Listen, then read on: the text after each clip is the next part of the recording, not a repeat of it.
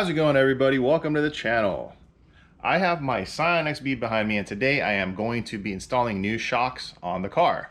If you've been following this channel for a while, thank you so much, and if you're new, welcome in. This car is my daily driver and needs quite a bit of TLC, but I've been going through the process of documenting a lot of the maintenance that I've been doing, and finally I'm doing the shocks, which I'll show you in a bit how blown they are. And before we get into that, if you do me a huge favor, hit that like button and subscribe to the channel. Definitely would appreciate it. And also follow our socials on Instagram, Facebook, and TikTok. Links are in the description below. We're doing the 1,000 subscriber merch giveaway shortly. I just haven't got around to it yet. But yeah, let me show you the shocks. Have them right here. They came in the other day. Obviously here you can see they're from Rock Auto. I am not sponsored by them or have anything to do with them. I'm just a regular paying customer, but they had the best price that I found online. So to give you a quick overview, done some of the maintenance so far on the car. There's a little bit more to do, but the shocks are very, very blown. I use this car quite frequently to go from Las Vegas to Southern California and back, so it does see a lot of highway mileage and a lot of carrying a lot of stuff. If you know these scionxbs, they're very roomy inside for such a small car, so I do haul a lot of car parts and stuff between two states. But yeah, I'm gonna go ahead and get started. All right, here are the shocks that I'm gonna be using today. They are KYB XLG shocks. Nothing crazy. It's a daily driver. I just want something that's nice and comfortable. See here, 2 rears and 2 fronts. And let me go ahead and get the car on jack stands, and I'll be right back.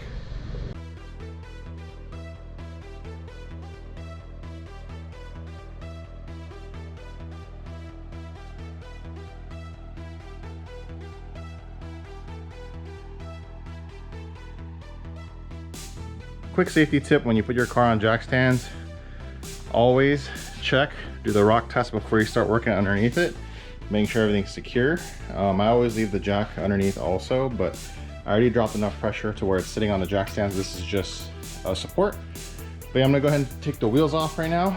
I actually only need to take off the front wheels for the front. The rears is just 1 bolt on the bottom where the suspension drops down, so good there. I don't need to take the wheels off.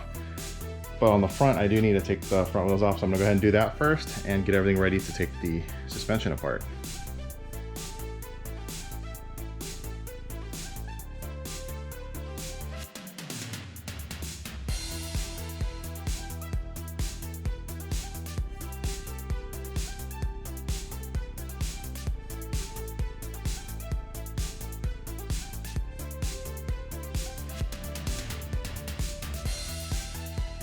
Just to go over some of what you're gonna need, the top bolts here are 12s. There's 3 of them.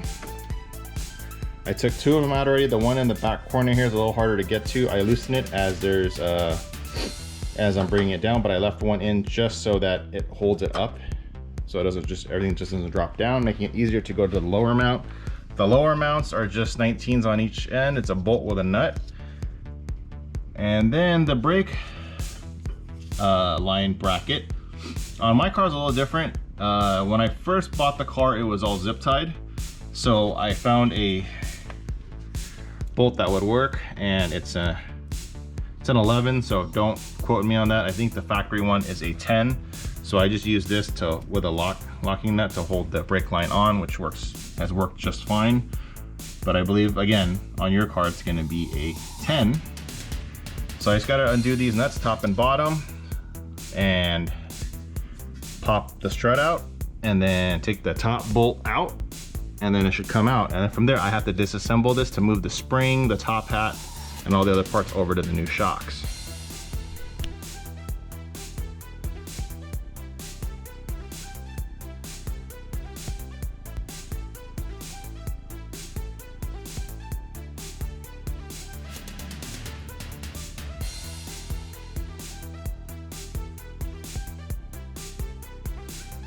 All right, now that I have the strut out, I'll take a look at it. They are blown. You can see all the oil and fluid coming out of the shock. So you see it there. They've been completely blown. So to take this apart, it's real simple. You use a flathead, you take this rubber cap off. Inside here on mine, it's an 18, super snug. but you just don't want to take the impact and gun it off, as there's spring tension on the springs here. With the shock, everything can go shooting off. Very dangerous. So you obviously want to exercise caution. I have what's called McPherson strut spring compressors. You can rent them at AutoZone. They just charge you the deposit for them if you don't return them, and then you take them back. It's cool. They refund you in full. The nice part is they were all out of stock on the used ones, so they gave me a brand new set, which is nice. So I'm gonna go ahead and get this all set up and take it apart. All right, I have the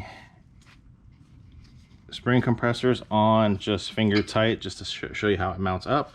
Always make sure you have the safety pins pushed in, so if it does slip or whatever, it's going to help catch it. It doesn't always happen. I've seen it slip before, but it's a safety precaution. Here is my new KYB XLG shock. Again, this is my daily driver, not doing anything crazy. This is just to replace. It is on Monzo lowering springs. If you're looking for a set of cheap but decent lowering springs, these are it right here. Sell them for like, I think like $100 shipped. That's what my store has up for, around there. But yeah, I'm going to go ahead and take this apart right now and get this done.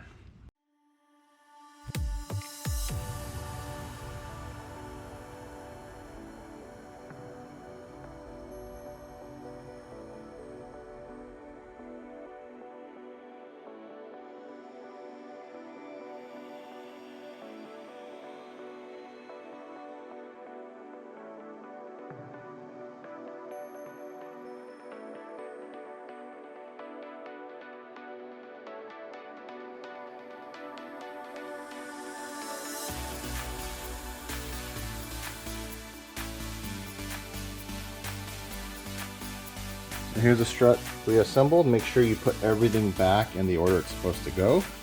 The top nut is securely fastened, and it's gonna put the rubber cap back on, but I'm gonna go ahead and put this back in and get started on the other side. A few inches later. Took me all but a few minutes to get this back in. So make sure you mount the two lower bolts, the brake line, and ABS bracket, and then the tops. I have just hand tight for right now because I will tighten it once it's on the ground. Always double check your work. This is a safety thing, so please always double check your work. I'm gonna go ahead and knock out the other side, and then I'll show you when it's done, since there's no point for me to show you twice, and start on the rears. 2,000 years later. All right, have the front all finished up. Have the wheels back on, but the wheels are not torqued down yet. I'm waiting for the car to be on the ground. Same with the upper mount bolts, or sorry, nuts. There's 3 of them on each side, 12 millimeter. Again, all you gotta do is wait for the car to be on the ground, and then from there you can tighten them down. You'll be good to go from there. For the rear, really simple. There are 2 14 millimeter nuts here that kind of twist on each other to lock them down on the top, and on the bottom there is a 17 millimeter nut as well. To take it apart, all you gotta do is take that nut out and then pull the shock arm out, and then loosen these up, and everything should come right apart. The only thing I'm gonna do is when you take this apart, make sure that you reassemble these in the right order that it was originally taken apart with, or you're gonna hear a bunch of stuff. And then from there, again, reverse order, and you'll be good to go. I'm gonna do this on both sides. Should only take me about 10 minutes or so. Want to get this over with and go take a shower.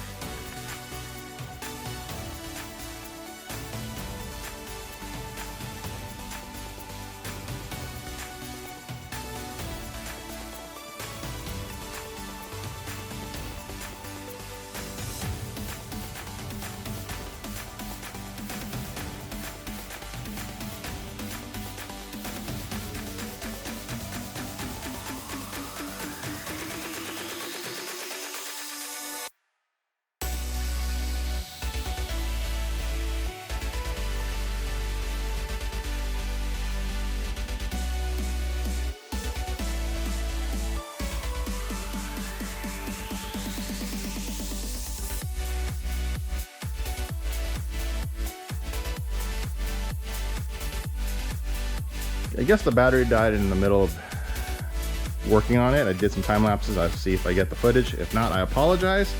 But the car's back on the ground. I have the bottom bolt retightened once it's on the ground, and the spring set, as you saw, they popped out, so I put that back in, and I also retightened the upper mounts here, so we're good to go. The only thing I have left to do is actually torque the front wheels down, and while I'm doing that, I'm just going to go ahead and double check the torque on the rears and tighten these upper bolts on each side now that the car's on the ground. So I'm going to get all that done and get it over with.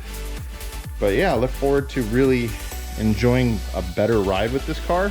One big thing though the reason why I did this was because the shocks are completely gone. This is one of the rear shocks. They don't expand at all. The other one's really bad right here. It was leaking and everything. So you can see all that dried up crud and leak out of the shock. They are completely blown. And same with the fronts. The fronts are completely blown as well. They do not expand, so they're not doing their job. The car is literally just riding on spring. One cool tip and trick that I learned, because these Toyotas generally have huge, they share a lot of parts with other cars, is that the suspension also is used by a Toyota Echo.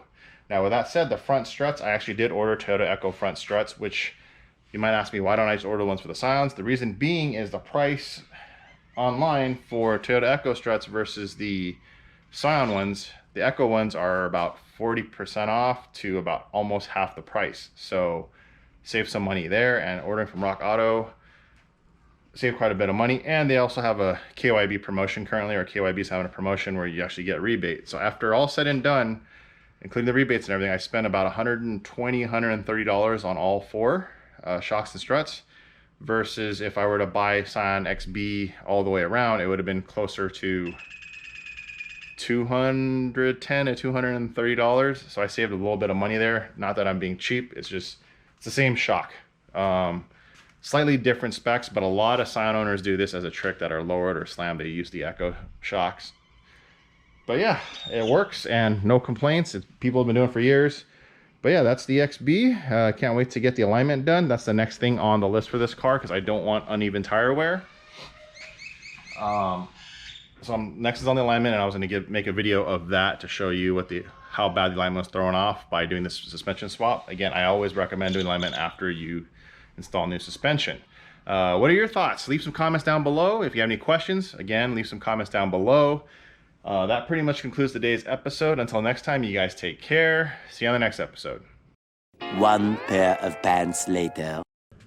So real quick, after reviewing some footage and looking at the suspension again, I'm actually missing some parts, but the car came that way, so I'm not making an excuse here, but missing a couple bushings and a little bracket for the rear shocks. So I ordered those from Rock Auto again, and they should be here in the next day or two. Thankfully, they're pretty quick, so I'm gonna get that done, put that in, and finish up the suspension. Outside that, the car drives fine, rides great, and little bit of a rattle sound because it's missing the bushing that centers the rear shocks. Again, the previous owner put something together that wasn't really big on, but it's okay. The car was driving fine since I bought it from him, but the rear shocks, again, was not done correctly, so I'm fixing that now. And yeah, that's it.